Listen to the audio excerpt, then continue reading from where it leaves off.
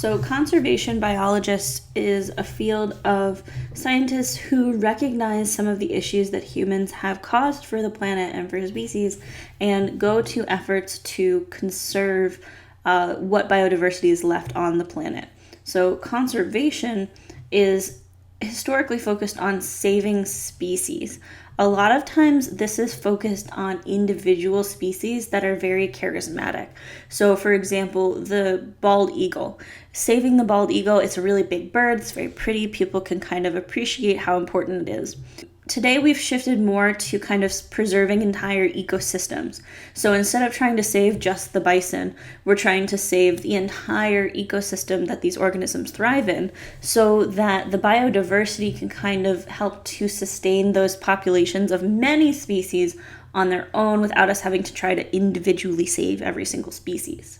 One of the biggest issues with humans and habitation loss is fragmentation and the causing edges of areas.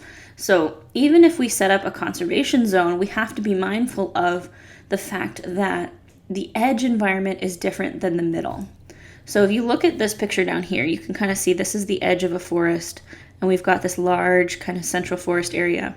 And then down here we've got some fragmented plots. This is a bigger fragment, and here's a smaller one. So this is going to be caused a lot by humans building roadways. You can see there's a road here between what was probably all one continuous forest before. And so even when we save regions, right, let's build a road through it, but we'll leave the rest of the forest undisturbed, that still has a big impact on that ecosystem because the edge of an environment is very different than the center of an environment. So an edge has a different set of conditions. It's got less cover, it's going to have different diversity, we're going to have different species there than what might be found in kind of the center of this forest.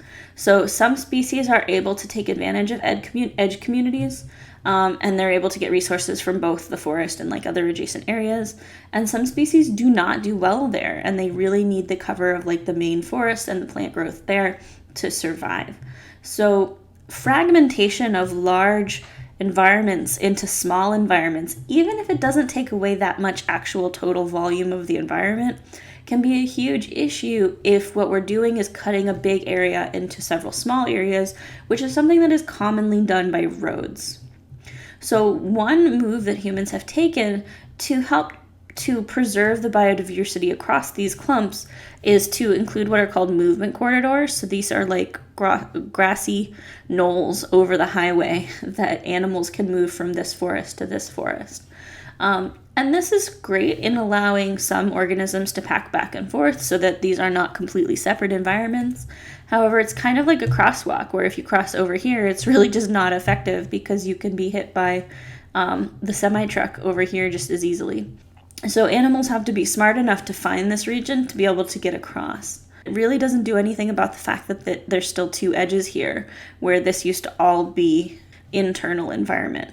Sometimes these corridors, if they are built between places that actually have dispersed pathogens or different diseases, can actually help facilitate the spread of disease to new areas where organisms maybe haven't adapted to those or because they've been separated for so long.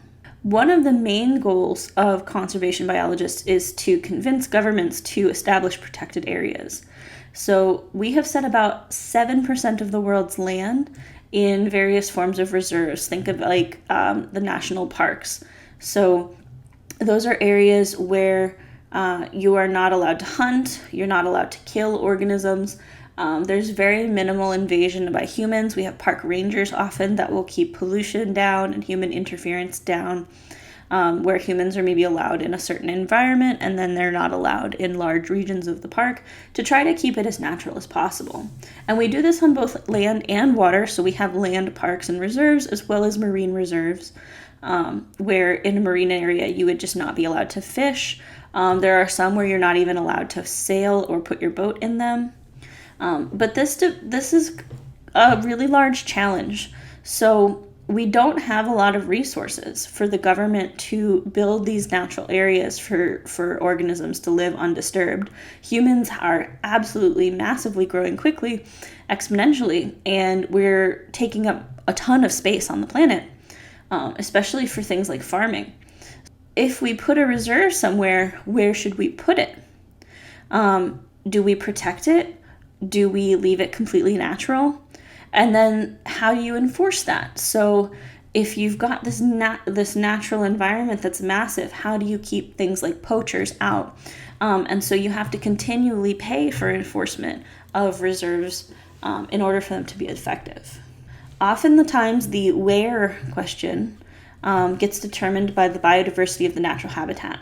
So there are diverse areas on the planet that we call hotspots. And so, for example, in purple, you can see terrestrial hotspots. This would be the Amazon rainforest. This would be Madagascar. Madagascar has got a massive amounts of biodiversity. So someplace that's got a large amount of biodiversity makes a good candidate for a preservation because they have lots of different species. So endemic means that that species is found only in that place and nowhere else. So Madagascar, I believe, has the most number of endemic species. And oftentimes when a species is endemic, they can become endangered or threatened in that space if they're not protected.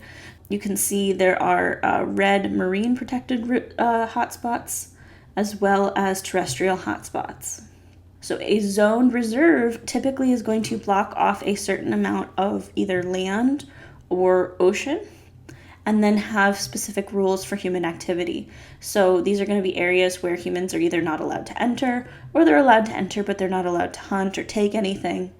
And then all of those zones have to be protected and enforced through things like park rangers.